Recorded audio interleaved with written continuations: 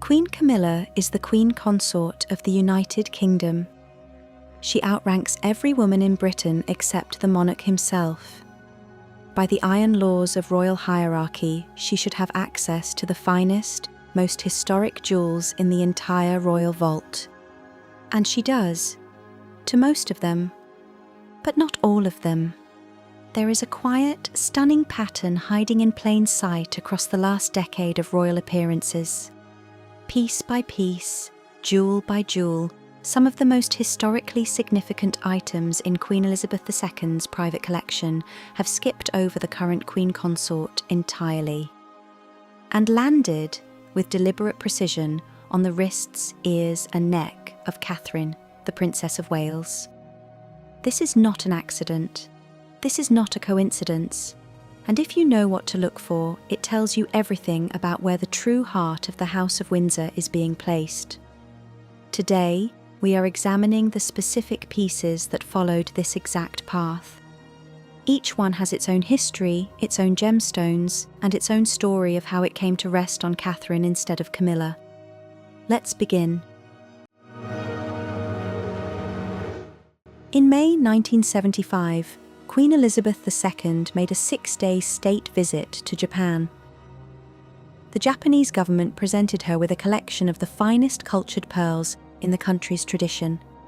Japan invented the cultured pearl industry in 1893. This was not a casual gift, it was a statement of reverence.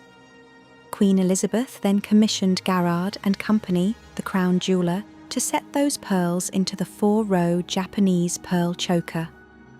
4 individual strands of pearls unified by a central curved diamond clasp, with 3 rows of diamonds on each side connecting at the top and bottom with marquise-cut diamonds. A matching 4-strand pearl bracelet was also made. Together, the pieces are known as the Japanese Pearl Suite. Crucially, the Queen's first loan of the choker was not to herself. In November 1982, she gave it to Diana, Princess of Wales, who wore it at the Dutch state visit banquet at Hampton Court Palace. That first loan established a quiet tradition. This necklace belonged to the Princess of Wales. Camilla married Charles in 2005. For the next 12 years, the Japanese pearl choker was never placed around her neck. Not once. Instead, in 2017, the Queen loaned it to Catherine, then Duchess of Cambridge, for the celebrations of the Queen and Prince Philip's 75th wedding anniversary. Catherine wore it again at Prince Philip's funeral in April 2021. Then, in September 2022, she wore it to the state funeral of Queen Elizabeth II at Westminster Abbey, paired with the Bahrain pearl drop earrings, in front of the watching world. Camilla was in that same church. She was dressed in the jewels of a consort, but the Japanese pearl choker was on Catherine's neck, and the message written across it could not have been clearer. The Queen understood something that no protocol document could capture. This choker had first been worn in public by Princess Diana. Placing it on Queen Camilla would have reopened wounds the palace had spent years trying to close. The Queen saw in Catherine not just a daughter-in-law, but the woman who would carry the emotional continuity of the monarchy into the next generation. The choker was not a gift of rank. It was a gift of trust. And it went to the woman who had earned it. In 1907, Dame Margaret Greville, Edwardian Society hostess and close friend of royalty, walked into the Paris house of Boucheron and commissioned something extraordinary. The result was the Greville ruby floral Bandeau necklace. A V-shaped triangular design of large, vivid rubies set within brilliant cut diamonds in a repeating floral pattern, ending in a large pear-shaped diamond pendant drop.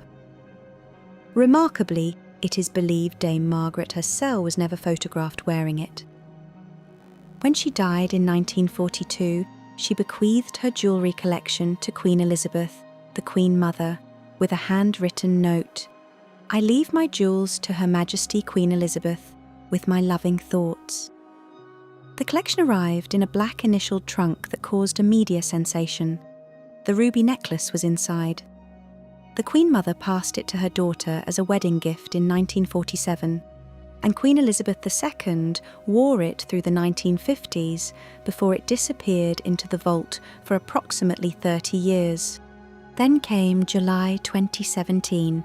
At the state banquet for King Felipe and Queen Letizia of Spain at Buckingham Palace, Catherine, then Duchess of Cambridge, stepped in wearing the Greville ruby necklace, paired with Queen Mary's Lover's Knot tiara and Princess Diana's Collingwood pearl and diamond earrings. The Queen was so struck by seeing it revived that she wore it herself the following year at the Commonwealth Heads of Government meeting. Dinner in April 2018.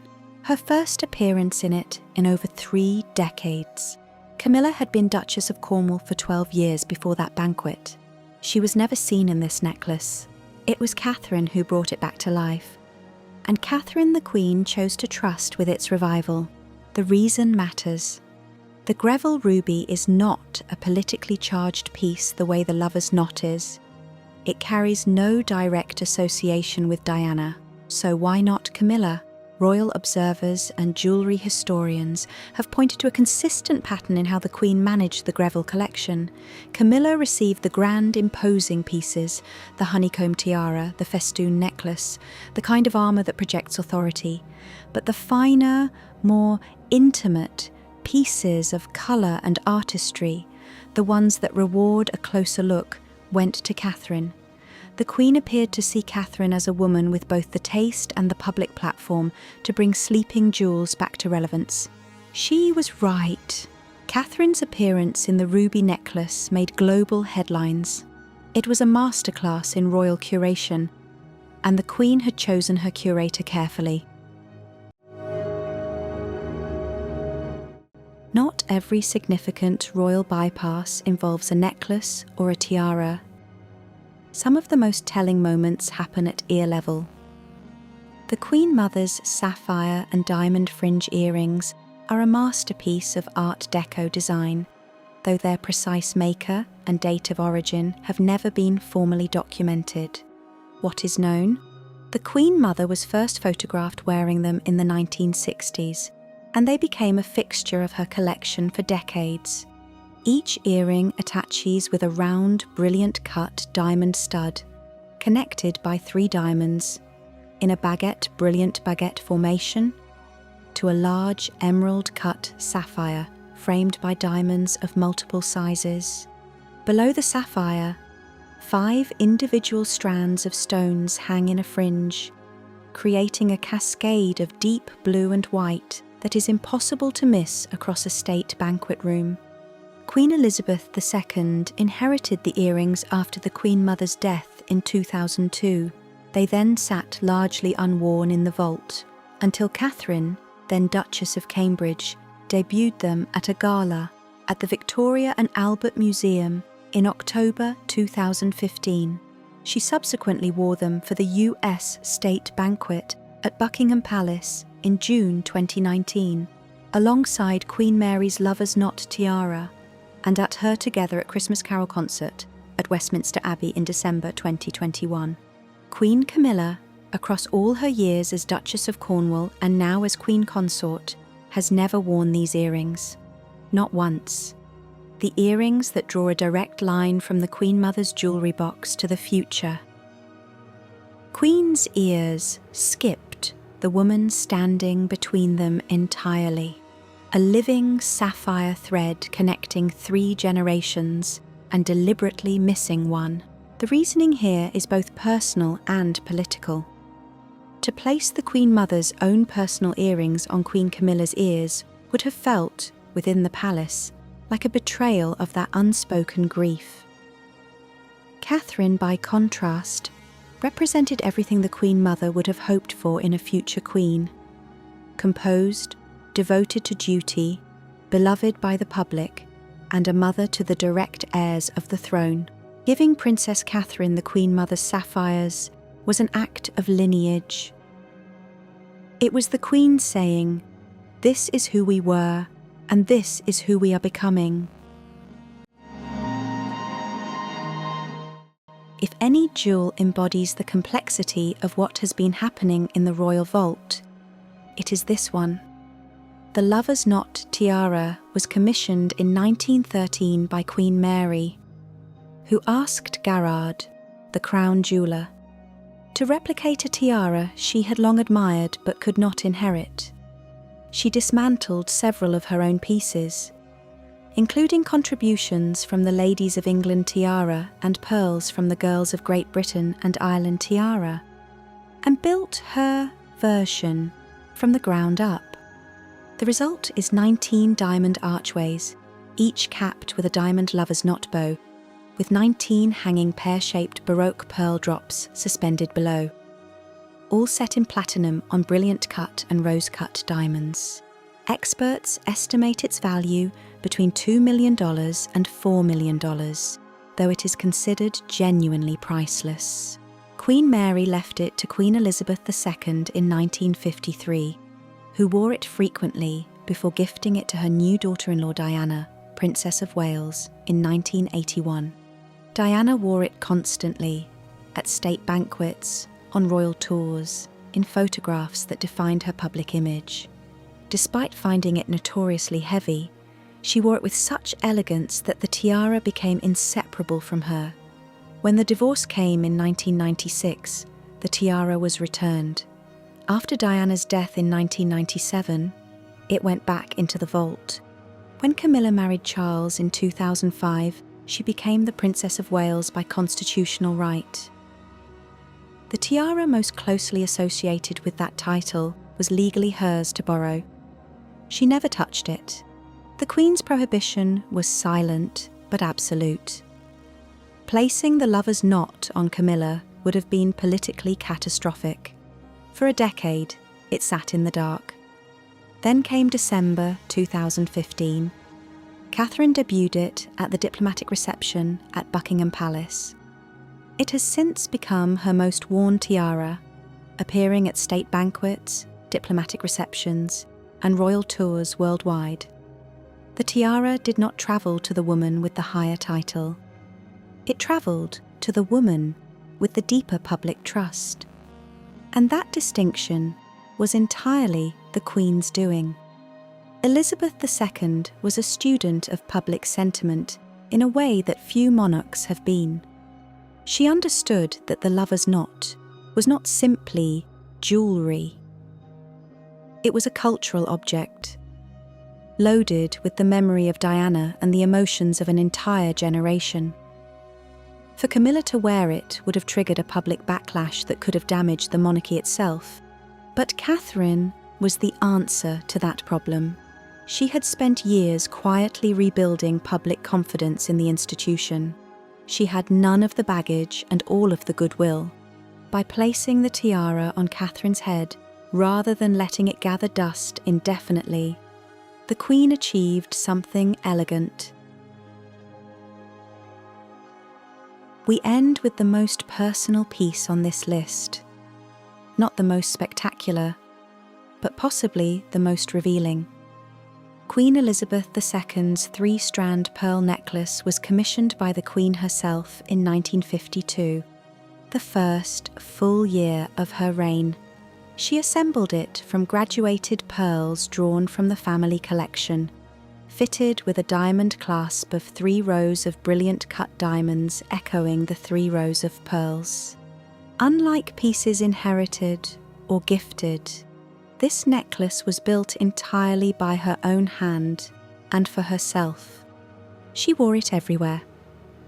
Not just state occasions, but for the balcony at Trooping the Colour, for visits with heads of state, for the quiet portraits of a working monarch.